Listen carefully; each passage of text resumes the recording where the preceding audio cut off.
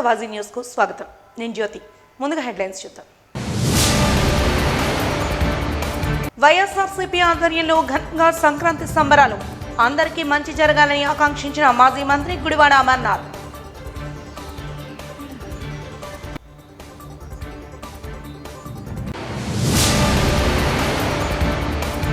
కైలాసగిరిపై ఆకస్మిక తనిఖీలను చేపట్టిన VMRDA chairman. VMRDA నిర్దేశించిన ధరల కంటే ఎక్కువ వసూలు చేస్తే చర్యలు తప్పవన్న ప్రణవ్ గోపాల్.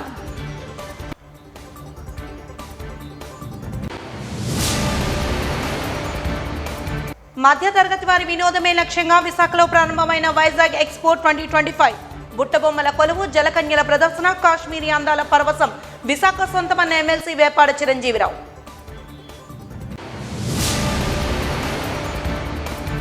ఇక వివరాలకు వెళ్తే వైఎస్ఆర్ కాంగ్రెస్ పార్టీ జిల్లా కార్యాలయంలో ఘనంగా సంక్రాంతి సంబరాలు నిర్వహించారు.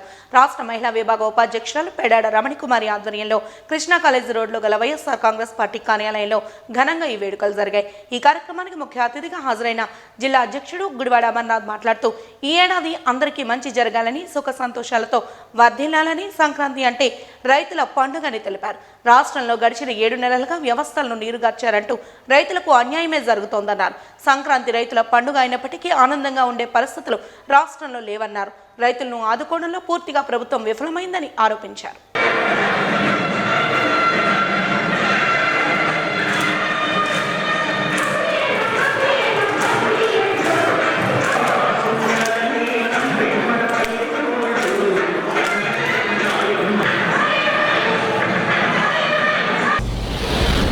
సంక్రాంతి సందర్భంగా ఈరోజు విశాఖపట్నం వైఎస్ఆర్ కాంగ్రెస్ పార్టీ కార్యాలయంలో సంక్రాంతి సంబరాలు ఈరోజు నిర్వహించడం, జిల్లాలో ఉన్నటువంటి ముఖ్య నాయకులు అలాగే మహిళా సోదరీమణులు అందరూ కూడా వారి సమక్షంలో భోగి సంక్రాంతి కార్యక్రమాలన్నీ కూడా నిర్వహించి, మనందరికీ తెలుసు సంక్రాంతి అంటే ముఖ్యంగా మన తెలుగు రాష్ట్రాల్లో రైతులకు సంబంధించినటువంటి పండగ, రైతులు ఘనంగా జరుపుకునేటువంటి పండగ, వాళ్ళు సంతోషంగా ఉండాలని చెప్పి జరుపుకునేటువంటి పండగ. మరి ఈ సంవత్సరం కూడా అందరికీ మంచి జరగాలని, రాష్ట్రంలో ఉన్నటువంటి రైతాంగానికి ముఖ్యంగా రాష్ట్ర ప్రజలందరూ కూడా మంచి జరగాలని చెప్పి ఆ దేవుణ్ణి ప్రార్థిస్తూ హృదయపూర్వకంగా అందరికీ కూడా వైఎస్ఆర్ కాంగ్రెస్ పార్టీ తరఫున, మా పార్టీ అధ్యక్షులు జగన్మోహన్ రెడ్డి గారి తరఫున, అందరి తరఫున కూడా హృదయపూర్వకంగా రాష్ట్ర ప్రజలందరికీ కూడా సంక్రాంతి శుభాకాంక్షలు తెలియజేసుకుంటూ ఉన్నాం. అయితే గడిచినటువంటి 7 మాసాలుగా రాష్ట్రంలో కూటమి ప్రభుత్వం అధికారంలోకి వచ్చిన తర్వాత జరుగుతున్నటువంటి పరిణామాలు, వ్యవస్థల్ని ఏ రకంగా నీరుగార్చారనేటువంటి సందర్భాలు మనన్నీ కూడా చూస్తూ ఉన్నాం. నిన్నగాక మొన్న జరిగినటువంటి తిరుపతిలో జరిగినటువంటి సంఘటనలు, రాష్ట్రంలో రైతులకు జరుగుతున్నటువంటి అన్యాయాలు, ఇవన్నీ కూడా గడిచినటువంటి 7 మాసాలుగా చూస్తూ ఉన్నాం. ఈరోజు రాష్ట్రంలో ఎక్కడా కూడా రైతుల పండుగ అయినప్పటికీ సంక్రాంతి ఎక్కడా కూడా రైతులు ఆనందంగా ఉన్నటువంటి పరిస్థితులు లేవు. గడిచినటువంటి డిసెంబర్ మాసంలో 13వ తారీఖున రాష్ట్ర వ్యాప్తంగా పెద్ద ఎత్తున రైతులకి అండగా నిలబడేటువంటి దానికి వైఎస్ఆర్ కాంగ్రెస్ పార్టీ పెద్ద ఎత్తున కార్యక్రమాలు నిర్వహించింది. వైఎస్ఆర్ కాంగ్రెస్ పార్టీ కుటుంబ సభ్యులకు, మరీ ముఖ్యంగా మా అధినేత అయిన జగన్మోహన్ రెడ్డి గారికి సంక్రాంతి శుభాకాంక్షలు తెలియజేస్తూ ఉన్నాను. ఈరోజు విశాఖపట్నంలో మా వైఎస్ఆర్ కాంగ్రెస్ పార్టీ ఆఫీస్లో మా అధ్యక్షులైన అమర్ గారు, అలాగే ఈ ఏర్పాట్లన్నీ చేసిన రమణి కుమారి గారు, వీళ్ళందరూ కలిపి ఇక్కడ పెద్ద ఎత్తున మహిళలు అలాగే మా వైఎస్ఆర్ కాంగ్రెస్ పార్టీ కుటుంబ సభ్యులు పాల్గొని సంక్రాంతి సంబరాలు జరుపుకోవడం జరిగింది. మీ అందరికీ తెలుసు, సంక్రాంతి అంటే ఇది రైతుల పండుగ, మహిళల పండుగ. ఎక్కడెక్కడ ఉన్న కుటుంబ సభ్యులందరూ కూడా గ్రామాలకు వచ్చి కొత్త పంటను పెద్దలకు పెట్టి కుటుంబ సభ్యులతో కలిపి ఆనందంగా జరుపుకునే ఈ సంక్రాంతి పండుగ ఈ సంవత్సరం మాత్రం ఈ కూటమి ప్రభుత్వం అధికారంలోకి వచ్చాక సంబరాలతో జరగాల్సిన ఈ సంక్రాంతి పండుగ భారంగా జరుపుకునే పరిస్థితిని కల్పించిందని చూసి చాలా బాధగా ఉంది. ఎందుకంటే గతంలో జగన్మోహన్ రెడ్డి గారు ముఖ్యమంత్రిగా ఉండేటప్పుడు ప్రతి నెల కూడా షెడ్యూల్ ప్రకారము మహిళలకైతేనేమి, రైతులకైతేనేమి, విద్యార్థులకైతేనేమి వాళ్ళకి అండగా ఉండాల్సినవన్నీ కూడా ప్రభుత్వం నుంచి అందిస్తూ చాలా తోడ్పాటును అందించేవారు. ఏదైతేనేమైంది సంక్రాంతి అనేది మన తెలుగు ప్రజలందరికీ ఒక పెద్ద పండుగ. ఈ పండుగ ఈ రాష్ట్ర ప్రజలందరూ కూడా సంతోషంగా జరుపుకోవాలని, ఈ రాష్ట్రం అంతా సంతోషంగా సుఖశాంతులతో అష్టైశ్వర్యాలతో సంతోషంగా ఈ రాష్ట్ర ప్రజలందరూ బ్రతకాలని మా వైఎస్ఆర్ కాంగ్రెస్ పార్టీ తరఫున కోరుకుంటూ సెలవు తీసుకుంటున్నాను. కైలాసగిరిపై ఆకస్మిక తనిఖీలను చేపట్టారు VMRDA chairman Pranav Gopal. VMRDA నిర్దేశించిన ధరల కంటే ఎక్కువగా వసూలు చేస్తే చర్యలు తప్పవని అధికారులను హెచ్చరించారు. బస్సులో ప్రయాణిస్తూ కొంతమంది చిన్నారులతో మాట్లాడి వారిని తన సొంత ఖర్చులతో సర్క్యులర్ రైల్లో తీసుకెళ్లారు. అదేవిధంగా కైలాసగిరిపై ఉన్న పరిసరాలను పరిశీలిస్తూ సిబ్బంది పనితీరును ఆరా తీశారు. పర్యాటకులను ఆకర్షించే ప్రాంతాలు మరింత సుందరంగా తీర్చిదిద్దాలని సూచనలు చేశారు.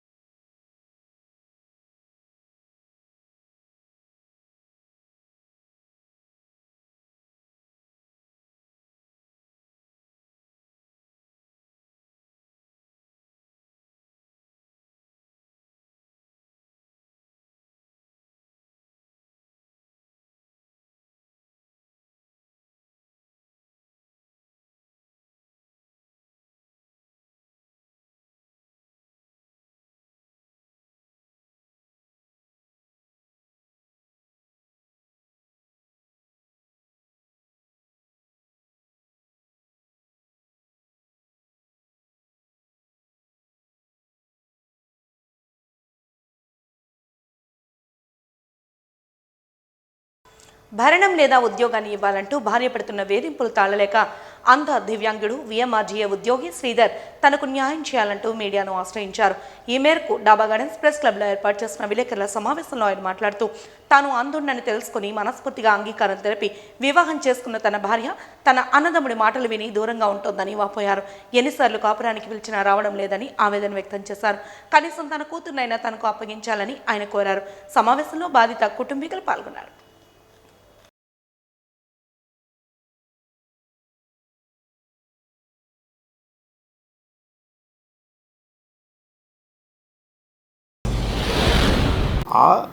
ఆ రోజు ఈయనకు ఉద్యోగం వచ్చిన తర్వాతను విజువల్ హ్యాండిక్యాప్డ్ కోటాలో ఏదో తోడు ఉండాలి కదా అన్న భావంతో వెళ్ళి చూసి తల్లి లేని పిల్ల అక్కలున్నారో శుభ్రంగా ఉంటుందని పెళ్లి చేయడం జరిగింది.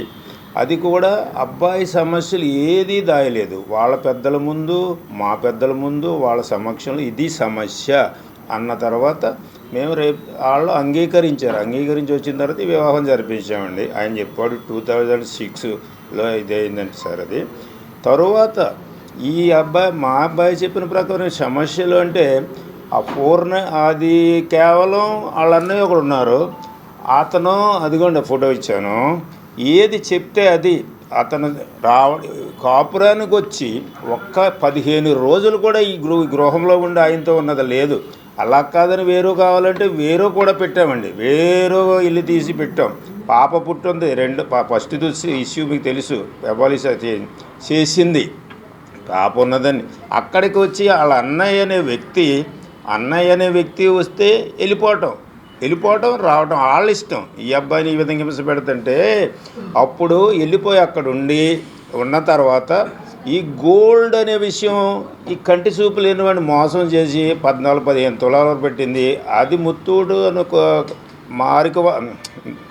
గాజువాకలో పెట్టి లేవండి ఇంట్లో ఉన్నాయండి, లేవండి ఇంట్లోనని ఈ అబ్బాయిని వేధిస్తుంది. ఏదని ఆ తర్వాత ఆ సమస్య ఒక రోజునే వాళ్ళు వెళ్ళిపోయినప్పుడు తుఫాను వచ్చిన తర్వాత ఇది క్లియర్ చేస్తుంటే పొరపు కింద రిసీడ్ దొరికిందండి. రిసీడ్ దొరికి తర్వాత ఇదేంటి ఇలా చేసామంటే ఆ డబ్బు పట్టుకెళ్ళి ఆ అన్నయ్యకి ఇచ్చాం, ఇల్లు కొనుక్కున్నాడు అనేది అనిపోయింది సార్. సరే మరలా వెళ్ళిపోయింది అని చెప్పి మందలిస్తే కొత్త వలసలో 498 వేసారు సార్, డొమెస్టిక్ వైలెన్స్ అని. ఆ అబ్బాయి చెప్పాడు ఆల్రెడీ జైలుకి వెళ్ళాం, వచ్చాం, చేసాం, అంతా అయింది.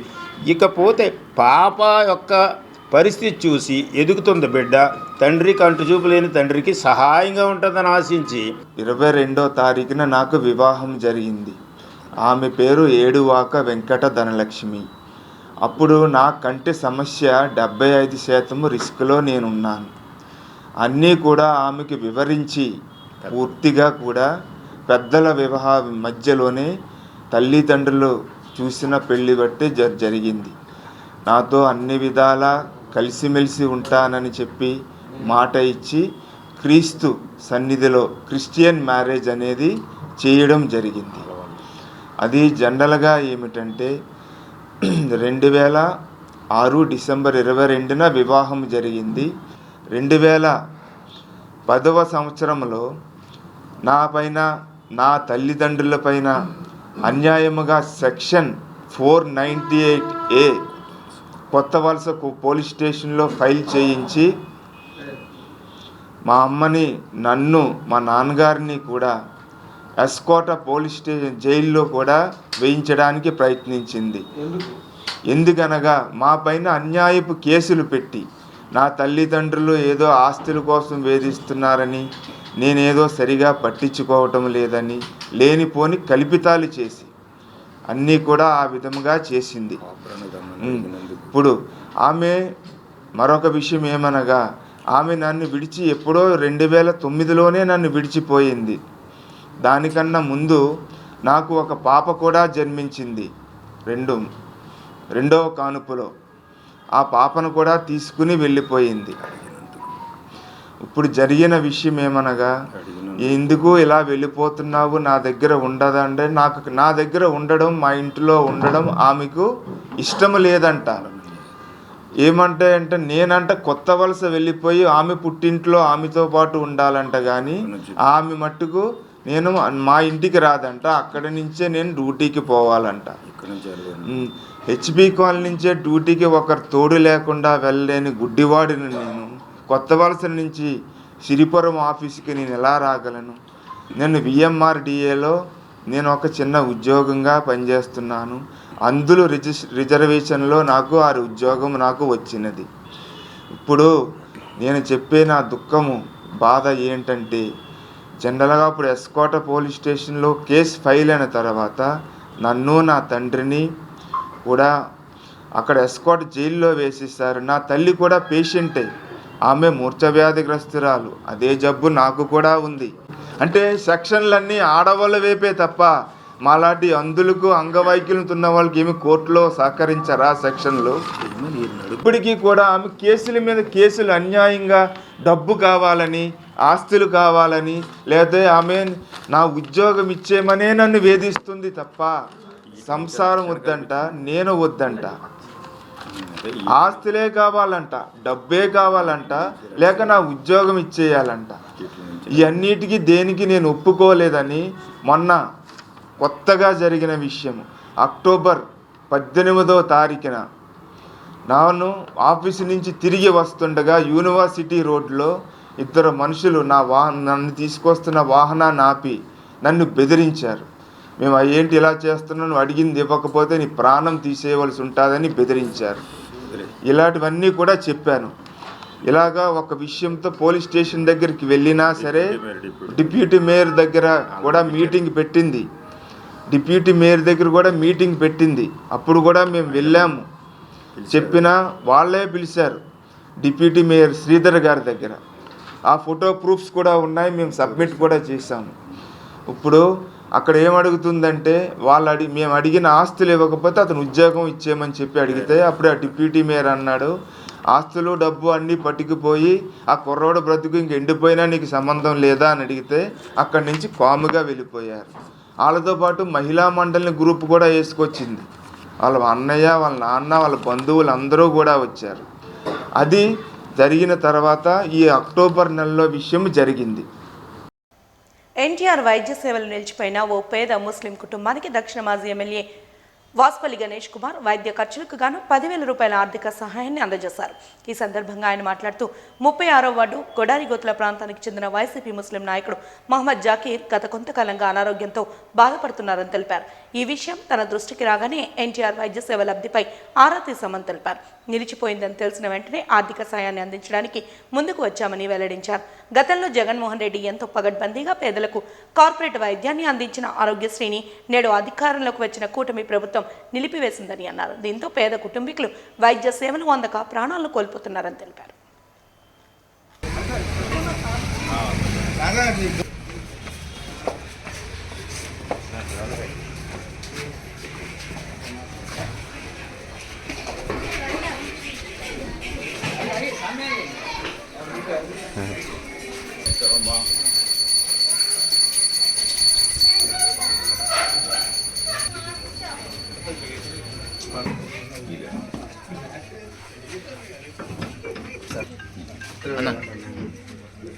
తగ్గిపోతులే అదే అది మీరు అసలు చేస్తారు లాస్ట్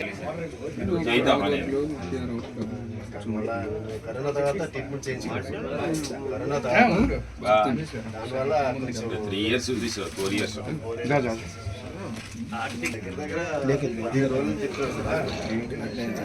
సేమ్ ఏంటంటే రీడిషన్ చేసింది బోన్ నుంచి మొత్తం మెత్త అయిపోయింది.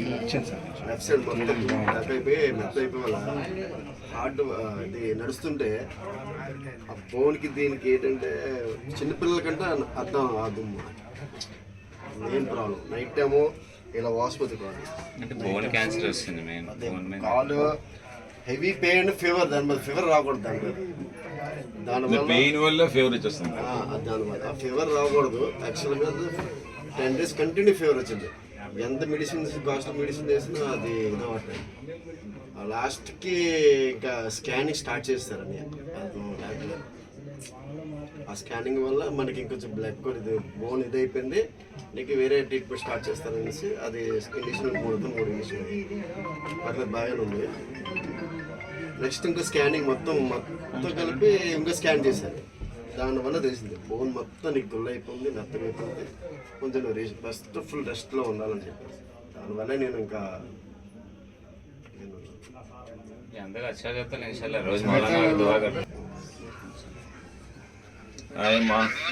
బాగున్నాం ఫైన్. అదే మీ డాడీ దగ్గరికి వచ్చాం, ఏం పర్లేదు మేము చూసుకుంటాను ధైర్యం కూడా అక్కడ. అందుకే చెప్పడానికి వచ్చాము. డాక్టర్స్ వాళ్ళతో మాట్లాడతాం, ట్రీట్మెంట్ అంతా దగ్గర చేయిస్తాం.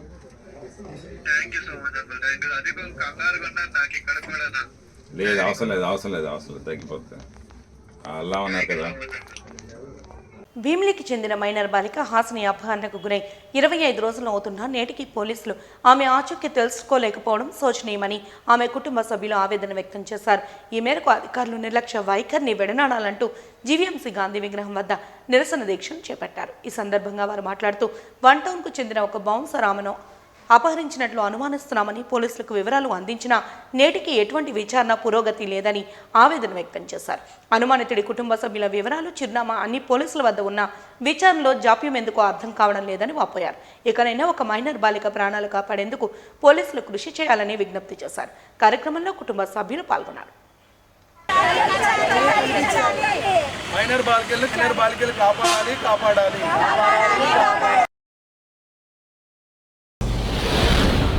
అలాగే ఈ అమ్మాయి గరికిని హాసిని అనేది మా వార్డులోనే ఉండేది. తర్వాత అమ్మాయికి 17 సంవత్సరాలు. 18వ తారీఖు నుంచి అమ్మాయి మిస్ అయింది కింద నెల. పోలీసులు కంప్లైంట్ ఇవ్వడం కానీ, తర్వాత కనిపించిన వాళ్ళందరికీ ఆవిడ చెప్పడం కానీ, తర్వాత ఆ అబ్బాయి గురించి తెలిసిన తర్వాత ఆ అమ్మాయి అక్కడికి వెళ్ళి వీళ్ళ తల్లిదండ్రులను అడగడం కానీ అంతా జరిగింది. కానీ ఎన్ని రోజులైనా 25 రోజులు అయింది, ఒక్కరోజు కూడా ఆ అమ్మాయి గురించి చిన్న ఆజుకు కూడా మాకు దొరకలేదు. తర్వాత అబ్బాయి బౌన్సర్ అని విన్నాము. తర్వాత తను బేకరీలో పనిచేస్తుంది అమ్మాయి, అక్కడ అమ్మాయిని ట్రాప్ చేసి తీసుకెళ్ళాడని మా డౌట్. ఏంటంటే ఈ అమ్మాయి మిస్ అయ్యి గత నెల 18వ తారీఖున మిస్ అయింది. ఆ మరుసటి రోజే తల్లిదండ్రులు ఇమీడియట్గా పోలీస్ డిపార్ట్మెంట్కి సంప్రదించి కంప్లైంట్ ఇవ్వడం జరిగింది. అనుమానితుని పేరు అది మెన్షన్ కూడా చేశారు. కానీ అయినప్పటికీ నేటికి ఈరోజు 25 రోజులు అయింది, అమ్మాయి ఆచూకీ తెలియలేదు. సో తను ఎక్కడుంది, అసలు ఎటువంటి క్షోభలో ఉంది, ఏ ముఠా చేతిలో తను బలైపోతుందో అన్న భయం ఆందోళనతో ఈరోజు ఈ గాంధీజీ వద్దకు వచ్చి నిరసన తెలిపే శాంతియుత నిరసన తెలిపే కార్యక్రమం అయితే వీళ్ళు చేపట్టారు. దీని మీద ఆల్రెడీ సిపి గారిని కూడా ఒక 10 days బ్యాక్ ఈవెన్ కమిషనర్ ఆఫీస్లోని అలాగే గ్రీవెన్స్లో కూడా సార్కి విన్నవించుకున్నారు. సార్ ఆచూకీ తెలియలేదు సార్, ప్లీజ్ మా కూతుర్ని కనిపెట్టండి, వెతికి పెట్టండి అని చెప్పి సిపి గారిని విన్నవించుకుంటే సార్ కూడా రెస్పాండ్ అయ్యి కన్సర్న్ పోలీస్ స్టేషన్ ఏదైతే ఉందో ఆ స్టేషన్కి సార్ కాంటాక్ట్ చేసి ఇమ్మీడియట్గా ఇతర సపోర్ట్ కానీ బలగాలు కానీ ఏవైనా ఉంటే అవి కూడా యూటిలైజ్ చేసుకొని వెతకండి అని చెప్పి సిపి గారు ఆదేశాలు ఇచ్చారు. ఇచ్చినప్పటికీ వీళ్ళు కూడా పోలీస్ స్టేషన్లో కూడా వెతుకుతున్నాం, మేము అన్ని ఏరియాస్కి వెళ్తున్నాం అని చెప్పుకొస్తున్నారు. కానీ నేటికి 25 రోజులు అయింది. అసలు ఈ హాసిని ఎక్కడుంది, ఏమైంది? ఎందుకంటే ఏది డీటెయిల్స్ లేకపోతే వేరు. ఈ హాసినిని ఎవరైతే పట్టుకెళ్లారో ఆ అబ్బాయి తాలూకా ఫొటోస్ ఉన్నాయి, ఆ అబ్బాయి ఫ్యామిలీ మెంబర్స్ ఉన్నారు. వీళ్ళందరూ ఉన్నప్పటికీ కూడా ఇంకా మనం ట్రేస్ అవుట్ చేయట్లేదు అంటే అసలు నిర్లక్ష్యం ఎక్కడ జరుగుతుంది? సో దయచేసి దీనికి సంబంధించిన అధికారులు ఇక్కడ ఎవరిని కూడా విమర్శించట్లేదు. బట్ ఒక మైనర్ అమ్మాయిని కాపాడండి సార్ ప్లీజ్. ఎందుకంటే స్త్రీల్ని మనం గౌరవించాలి, స్త్రీలు కాపాడుకోవాలి, మహిళలకి భద్రత కల్పించాలి. అప్పుడే మనం భారత మాతకి గౌరవించడం జరుగుతుంది. ఇవన్నీ జరగన్నాడు మనం భారతమాతకి అసలు ఎటువంటి గౌరవాన్ని మనం ఇస్తున్నాం ఒక్కసారి ఆలోచించాలి. రాష్ట్ర ప్రభుత్వానికి, కేంద్ర ప్రభుత్వానికి కేవలం ఈ హాసిని ఒక్కలే కాదు, ఇటువంటి హాసిని లాంటి అమ్మాయిలు రాష్ట్రం మొత్తం మీద, దేశం మొత్తం మీద రోజు రోజుకి ఎంతమంది మిస్ అవుతున్నారు? ఎందుకు ఇటువంటి అమాయకుల చేతిలో బలవుతున్నారు? అమ్మాయిలు తస్మాత్ జాగ్రత్త. మీడియా ప్రతినిధుల ద్వారాగా మీకు ఎన్నిసార్లు వీడియోస్ పెట్టి ఎన్ని చేస్తున్నప్పటికీ కూడా అయినా మీరు అదే కోణంలో చిక్కుకొని అనవసరంగా మీరు లేనిపోని వాటిల్లో చిక్కుకొని బలవుతున్నారు. ఇటువంటి హాసిని లైఫ్ని ఉదాహరణగా తీసుకొని అన్నయ్య అని చెప్పి మభ్యపెట్టి వచ్చి ట్రాప్ చేశారు. ఈరోజు ఆ అమ్మాయి ఆచూకీ లేకుండా పోయింది. అన్నయ్య అవ్వచ్చు, నాన్న అవ్వచ్చు, పెదనాన్న అవ్వచ్చు, ఎటువంటి బంధుత్వాలు కలిపి మీ వద్దకు వచ్చినా మీరు వాటికి త్రోవ పోకండి. మీకు ఏమైనా ఇబ్బంది పెడితే తక్షణమే రాష్ట్ర ప్రభుత్వం మెన్షన్ చేసినటువంటి సైబర్ క్రైమ్ డిపార్ట్మెంట్ నెంబర్స్ కానీ పోలీస్ శాఖ సిబ్బంది నెంబర్ 100 కానీ కాంటాక్ట్ చేసి అలర్ట్ అవ్వండి. తద్వారా మీరు మిమ్మల్ని కాపాడుకోవడమే కాకుండా ఇంకొక 10 మంది ఆడపిల్లలను కూడా కాపాడిన వాళ్ళు అవుతారు. జై హింద్. ఆ అబ్బాయి తాలూకా ఫ్యామిలీ కూడా ఉన్నారు, వాళ్ళు కూడా 2-3 రోజుల్లో ఇచ్చేస్తామని చెప్పి స్టార్టింగ్లో చెప్పిన వెంటనే అవకాశం ఇచ్చి చూశారు తల్లిదండ్రులు. 25 రోజులైనా నేటికి అమ్మాయి ఆచూకీ తెలియపోవడంతో భయాందోళనకు గురై తండ్రి కూడా ఆరోగ్యం బెంగ పెట్టుకొని చిన్న కూతురు మీద, 2 ఆడపిల్లలండి. పొట్టకూడి కోసం ఆ అమ్మాయి మొన్నే 2 నెలల కిందట తనని బేకరీలో పెట్టారు. పనికి పంపించిన దీంతో ట్రాప్లో అమ్మాయిని ఇచ్చేసి ఇప్పుడు ఎక్కడికి తీసుకెళ్లారు ఏంటని తెలియట్లేదు. సో తక్షణమే త్రూ మీడియా ద్వారాగా రిక్వెస్ట్ చేసేది ఏంటంటే ఆ అమ్మాయి ఎక్కడుందో పోలీస్ యంత్రాంగం అందరూ కూడా వెతికి కనిపెట్టండి. ఎందుకంటే డీటెయిల్స్ అన్నీ కూడా ఉన్నాయి కాబట్టి మీరు తలుచుకుంటే ఏదైనా సాధించగలరు. ప్లీజ్ అండి, దీన్ని వాళ్ళ తల్లిదండ్రులకి అప్పచెప్పి సో ఆ తల్లిదండ్రుల శోకానికి ఒక ఫుల్ స్టాప్ పెడతారని మీ ద్వారాగా కోరుకుంటున్నాను. సంక్రాంతి పండుగ నేపథ్యంలో పేకాట రాయిళ్లు తమ చేతికి పని చెబుతున్నారు. ఇదే నేపథ్యంలో పోలీసులు సైతం పేకాట రాయిళ్ల జోరుకు బ్రేకులు వేసేందుకు సంసిద్ధంగా ఉన్నారని ఆనందపురం ఏసీపీ అప్పలరాజు, సిఐ వాసినాయుడు తెలిపారు. పక్కా సమాచారంతో పేకాట రాయిళ్లను అరెస్టు చేసినట్లు వెల్లడించారు. రామవరం అనే విలేజ్ దగ్గర ఉండే ఓపెన్ లేఅవుట్లో కొంతమంది కోడిపందాలు ఆడిస్తున్నారు అని చెప్పేసి సమాచారం రావడం జరిగింది. ఈ సమాచారం ఆధారంగా మన ఆనందపురం సిఐ గారు, మన టాస్క్ ఫోర్స్ సిబ్బంది, విశాఖపట్నం సిటీ టాస్క్ ఫోర్స్ సిబ్బంది కలిసి అక్కడ రైడ్ చేయడం జరిగిందండి. రైడ్ చేసి అక్కడ కోడిపందాలు ఆడిస్తున్న ఒక 29 మందిని అదుపులో తీసుకోవడం జరిగింది. అక్కడ ఒక 8 కోడిపుంజుల్ని, ఒక 2,07,000 సంబంధించి క్యాష్ని, అలాగే సుమారు ఒక 20 వరకు కత్తుల్ని సీజ్ చేయడం జరిగిందండి. అక్కడ సీజ్ చేసి వాళ్ళని పోలీస్ స్టేషన్ తీసుకొని రావడం జరిగింది. ఇక్కడ అది అక్రెన్స్ రిపోర్ట్ మీద దాని మీద వాళ్ళందరి మీద కేసు నమోదు చేసి మేము వాళ్ళని అరెస్ట్ చూపించడం జరిగిందండి. ఇవన్నీ కూడా కోర్టుకి సమర్పిస్తాం, ఈ రిపోర్ట్లన్నీ కూడా కలిసి. అది ఉండడం యథార్థమండి. ఎవరున్నా చట్టం ప్రకారంగా అందరి మీద కూడా చర్యలు తీసుకుంటామండి. శ్రీ జగద్గురు పీఠం ఆధ్వర్యంలో 64వ గురు పూజ మహోత్సవాన్ని నగరంలోని ప్రైవేట్ ఫంక్షన్ హాల్లో నిర్వహించినట్లు నిర్వాహకులు తెలిపారు. ఈ సందర్భంగా నిర్వాహకులు మాట్లాడుతూ పరోపకారం పరమావధిగా ముందుకు సాగాలనేదే గురువుల హితబోధని తెలిపారు. సేవ, నిస్వార్థ జీవనం, ప్రశాంతత కలిపిన జీవన శైలితో అందరూ సంతోషంగా జీవించటమేలా అనేది గురువు శిష్యులకు బోధిస్తారని, అదే గురు పరంపర అని తెలిపారు.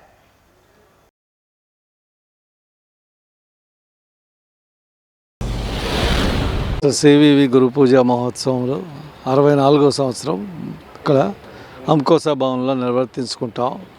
పూజ్యుల మాస్టర్ విక్రాల కృష్ణమాచార్యుల వారు 62వ సంవత్సరంలో ప్రారంభించిన యజ్ఞం జాతి మత కుల వివక్షణ లేకుండా సర్వ జనాలకి ప్రవేశం కల్పించి సనాతన భారతీయ ధర్మాన్ని, వేదశాస్త్రాల్ని, దానిలో ఉన్న విజ్ఞానాన్ని అందరికీ అందజేయడానికి 3 రోజుల పాటు సదస్సు నిర్వహిస్తాం. ఈ సదస్సులో విదేశాల నుంచి కూడా చాలామంది సోదరులు పాల్గొని భారతీయ జీవన విధానాన్ని నేర్చుకుంటూ అని అనుసరిస్తూ ఉంటారు. పరోపకారము, ప్రార్థన, స్వాధ్యాయం, ఈ 3 విషయాలు మన గురు పరంపర మనకు అందించింది. అదే విషయాన్ని మాస్టర్ పార్వతీ కుమార్ గారు భౌగోళికంగా వ్యాప్తి చేసి ఈ బృందాలందరికీ మన భారతదేశ విలువలు, భగవతత్వం అనే విషయాన్ని ఆచరణలో పెట్టేలాగా నేర్పడం జరిగింది. వారి వేషధారణ, విదేశీయులు ఇక్కడ చూసినట్లయితే మీరు భారత జీవన విధానానికి ఇష్టపడి దానిలో జీవించడానికి ఇక్కడ మంచి విషయాలన్నీ నేర్చుకుంటూ ఉంటారు. ఈ ప్రకారం మేము ప్రతి సంవత్సరం జనవరి 11, 12, 13వ తేదీల్లో భౌగోళికంగా సాధకులందరికీ ఒక సమ్మేళనంగా అవకాశం కల్పించి నిర్వర్తిస్తాం. ఇక్కడ ప్రవేశం కానీ కార్యక్రమం కానీ అంతా ఉచితంగా నిర్వర్తించబడుతుంది. అందరికీ అందుబాటులో ఉండేలాగా ఈ యోగాన్ని అందించడానికి జగద్గురు పీఠం 62 సంవత్సరాల నుంచి ఇదే ప్రయత్నం ఉంది. ఇందులోంచి అందించే విషయాలన్నీ భారతీయ తత్వానికి, మన ఋషిప్రోక్తమైనటువంటి విధానానికి సంబంధించినవి ఉంటాయి. అందుకని సంపూర్ణంగా ఇది హిందుత్వానికి, భారతదేశానికి సంబంధించిన విషయం. జర్మనీ, స్పెయిన్, స్విట్జర్లాండ్ నుంచి ఈ సంవత్సరం రావడం జరిగింది. సుమారు 21 మంది విదేశీయులు ఈ సదస్సులో పాల్గొన్నారు. ఇక్కడ రుద్రాభిషేకము, లలితా సహస్రనామ పూజ, ఉదయ సంధ్యలందు ప్రార్థన, సద్గురువుల ప్రవచనాలు నిర్వర్తించబడతాయి.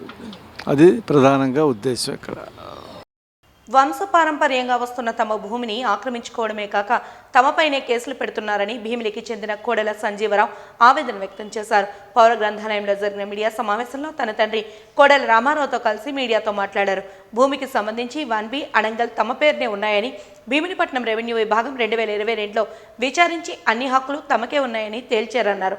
1946లో మా తాత కోడె రామస్వామి ఈ భూమిని కొనుగోలు చేశారని, 1980లో తన నాన్నమ్మ కోడు రిజిస్టర్ విల్లు ఇచ్చారని వివరించారు. ఆయన నా నాన్నగారు కోడు రామారావు. ఈ భూమి ఈ రోజు క్రోను దీని తాలూకా 1B అవని, దీని తాలూకా అడంగల్ అవని, దీని తాలూకా భీమిలీపట్నం రెవెన్యూ డిపార్ట్మెంట్ 2022లో నా నాన్నగారికి అన్ని రకాలుగా విచారించి ఆయన పేరు మీద అన్ని రకాలుగా సర్వనా చేసిన జరిగింది. కానీ ఈ భూమి తాలూకా గతంలో మనం వెళ్తే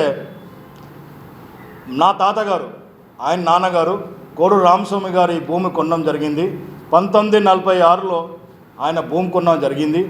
తర్వాత ఆయన జీవితకాలంలో ఆయన నా నాన్నమ్మ గారికి రిజిస్టర్ విల్లు ఇచ్చారు 1980లో.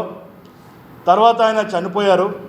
చనిపోయిన తర్వాత నా నాన్నగారు తాలూకాలో పెద్దోళ్ళు, మా ఇంట్లో పెద్దోళ్ళు రెవెన్యూ డిపార్ట్మెంట్కి వెళ్తే అక్కడ ఏం తెలిసిందంటే ఎంఆర్కే రాజు గారు అనే ఒక వ్యక్తి ఆయన ఆ భూమిని నేను కొన్నానని తెలియపరిచారు. ఎలా కొనుక్కున్నారు అంటే వీళ్ళు కుటుంబం చాలామంది, అంటే 9 మంది. వీళ్ళు 9 మంది కొడుకులకి కూతుర్లకి తెలియకుండా ఎలా కొన్నారు అంటే జబర్దస్తి చేసి కొనుక్కున్నారా, లేదంటే దళితుల భూమి మేము మందు పోసుకొని కొనుక్కున్నారని ఇది మాకు చాలా డౌట్ఫుల్గా ఉంది. తర్వాత ఎంఆర్ఓ ఆఫీస్లో ముటేషన్ పెడితే ఎంఆర్ఓ గారు వాళ్ళు ఇది సివిల్ కోర్టు నుంచి మనకి డైరెక్షన్ రావాలంటే ఆయన హైకోర్టుకి వెళ్ళి రెవెన్యూ వాళ్ళ మీద స్టే తెచ్చారు. స్టే తెచ్చిన తర్వాత ఆయన పేరు మీద ఈరోజు ఆ రోజు ఆన్లైన్ జరిగింది. మళ్ళీ ఈ చక్రవర్తి చెప్పింది ఆయన, ఎస్ చక్రవర్తి చెప్పింది ఆయన మళ్ళీ వచ్చారండి. మళ్ళీ వచ్చి ఆయన మీద క్రిమినల్ కంప్లైంట్, నా మీద క్రిమినల్ కంప్లైంట్ పెట్టింది జరిగింది. పెట్టిన తర్వాత ఆయన మీద ఎఫ్ఐఆర్ కట్టింది జరిగింది. ఆయనకు కంప్లైంట్ పెట్టారు, 2 ఎఫ్ఐఆర్ జరిగింది, 2 సేమ్ సెక్షన్ జరిగింది. కానీ అది అలాగ ఉండుగా రీసెంట్లీ 2024లో సడన్గా పోలీసు వాళ్ళు ఆయన ఒక దళితులు పెట్టింది ఎఫ్ఐఆర్ని పక్కన పెట్టేసి ఆయన పెట్టింది ఎఫ్ఐఆర్ని చార్జ్ షీట్ వేయమని ఆర్డర్ ఇచ్చింది జరిగింది. తర్వాత మేము బయటకు వచ్చాం. బయటకు వచ్చిన తర్వాత అన్ని రకాలుగా సిటీ కమిషనర్ గారికి ఒకసారి వెళ్ళి కలిసాం. కనీసం మా విజ్ఞప్తి చూడలేదు, మా డాక్యుమెంట్ చూడలేదండి. ఎందుకంటే మేము దళితులంటే దొంగోళ్ళు అనే లెక్క తప్ప కనీసం వీళ్ళ దగ్గర ఏముంది? This is a totally civil nature, ఇది క్రిమినల్ కాదు. మేము పక్కడోళ్ళ ల్యాండ్ కానీ ఈ ల్యాండ్ కానీ వాడి ల్యాండ్ మీద వెళ్ళలేదు. వీళ్ళు గతం నుంచి పోరాటం చేస్తున్నారు ఆ ల్యాండ్ మీద. ఆ ల్యాండ్ మీద మేము బతుకుతున్నాం. మా ల్యాండ్ కొని ఏం చేస్తున్నారంటే ఆ చక్రవర్తి చెప్పింది పెద్ద ఆయన ఆ పోలీసు వాళ్ళకి అడ్డంగా పెట్టుకొని ఆ ల్యాండ్ ఈరోజు ఏమో కబ్జా చేయడానికి సిద్ధంగా ఉన్నారు. 1946లో భూములు కొన్నారు. మా భూమి సర్వే నెంబర్ 13/2 వాటి మీద పంటలు పండించి మేము జీవిస్తున్నాము. రాగాన ఇప్పుడు మా కష్టాలు, మా బాధలు, మా శ్రమలు ఏడియో ఆఫీసుల ముందర చెప్పుకునేందుకు వచ్చాము. ఇప్పుడు మాకు ఈ మా అమ్మగారి దగ్గర నుండి మా వాళ్ళందరూ నా పేరులో రిజిస్టర్ చేశారు. ఆ భూమిని హక్కు విడుదల రిజిస్టర్ చేశారు. అయితే ఒక ఎంఆర్ రాజు అని 1985లో ఆయన పోజిటివ్ డాక్యుమెంట్స్ చేసుకుంటారు మా భూమి కోసం అంట. అది మాకు తెలియదు. ఆయన చేసుకున్న తర్వాత కొంత రోజుల్లోనే ఎస్కే చక్రవర్తి అనేది అతను 1995లో అమ్మారంట. ఆయన ఏం చేస్తానంటే మాకు గతంలోనే సివిల్ కోర్టులోనే క్రిమినల్ కేసు వేశారు.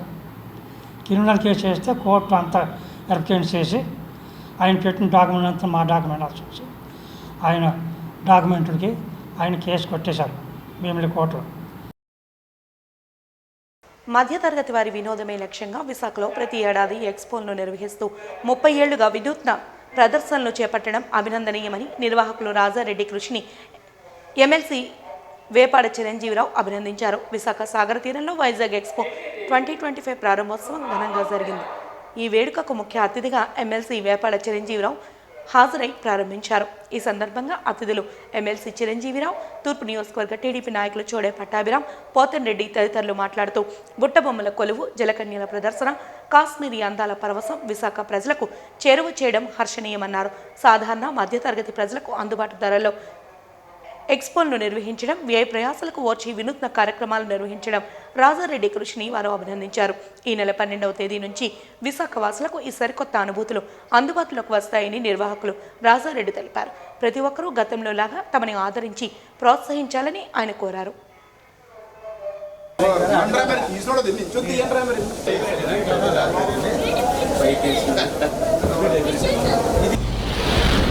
నవ్యాంధ్ర ఉన్నప్పుడు మనం 2 రాష్ట్రాలు విడిపోయిన తర్వాత మనకు నవ్యాంధ్ర ఉన్నప్పుడు ఏమైందంటే ఒక ఎగ్జిబిషన్ ఉంటుంది, నాంపల్లి ఎగ్జిబిషన్ అనేసి ప్రతి సంవత్సరం జనవరి 1 నుంచి 45 రోజుల పాటు వాళ్ళు గత 86 సంవత్సరాలుగా నిర్వహిస్తూ ఉన్నారు.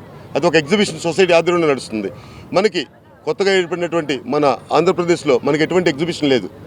ఇది ఓన్లీ విశాఖపట్నమే మనకి ఇంత ఎగ్జిబిషన్ ఆదరణ పొందే ప్లేస్ కాబట్టి ఇక్కడ పర్మనెంట్ గ్రౌండ్ లేదు కాబట్టి అలాంటి ఎగ్జిబిషన్స్ లేవు.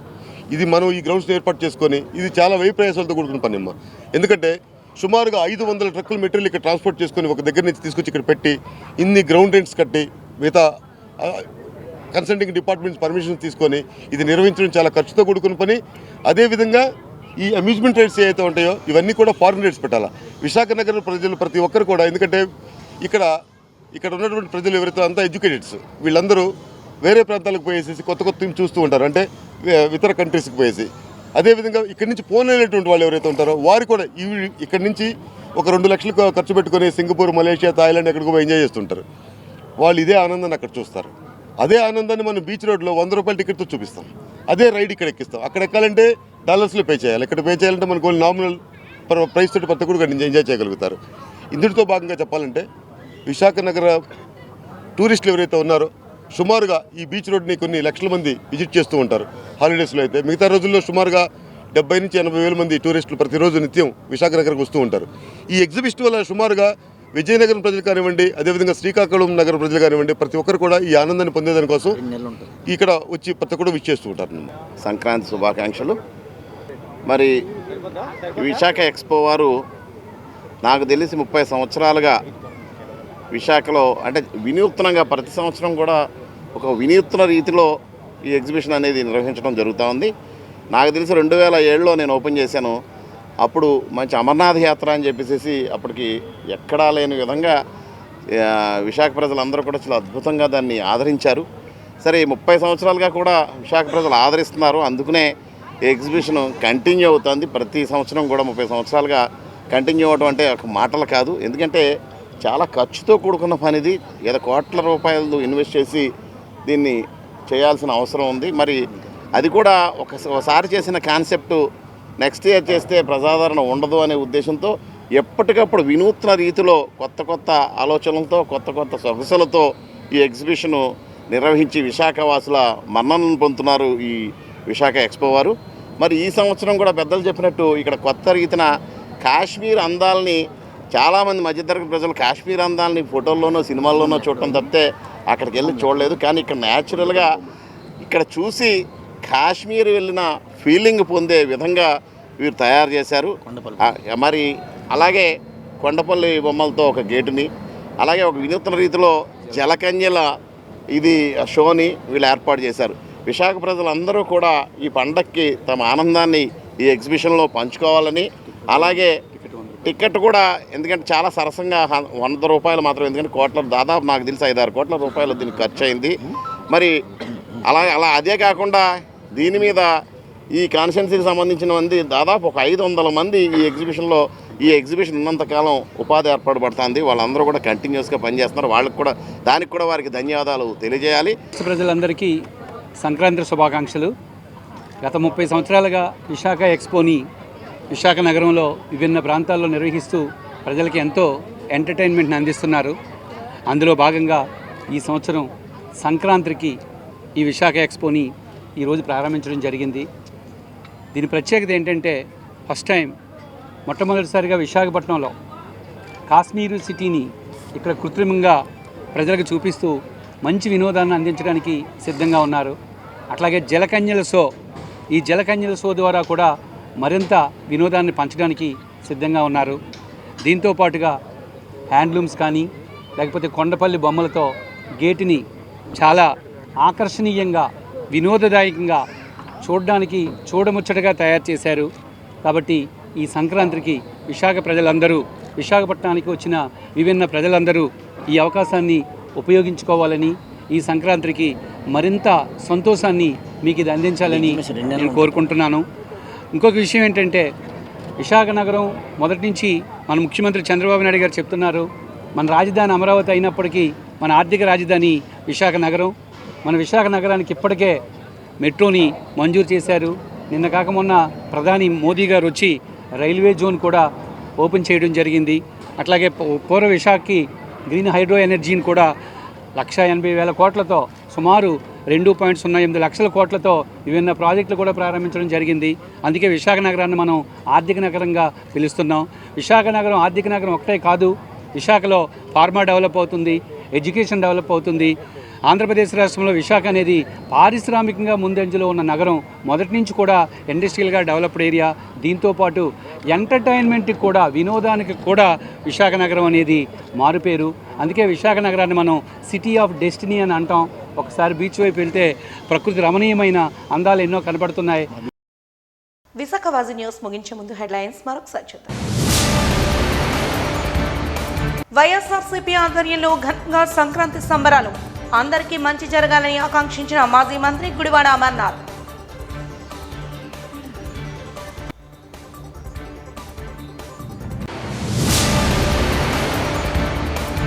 కైలాసగిరిపై ఆకస్మిక తనిఖీలను చేపట్టిన VMRDA చైర్మన్.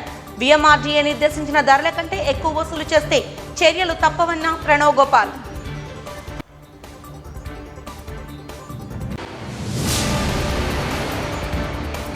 మధ్యతరగతి వారి వినోదమే లక్ష్యంగా విశాఖలో ప్రారంభమైన వైజాగ్ ఎక్స్పో 2025. బుట్టబొమ్మల కొలువు, జలకన్యల ప్రదర్శన, కాశ్మీరీ అందాల పరవశం విశాఖ సొంతమన్న ఎమ్మెల్సీ వేపాడ చిరంజీవిరావు.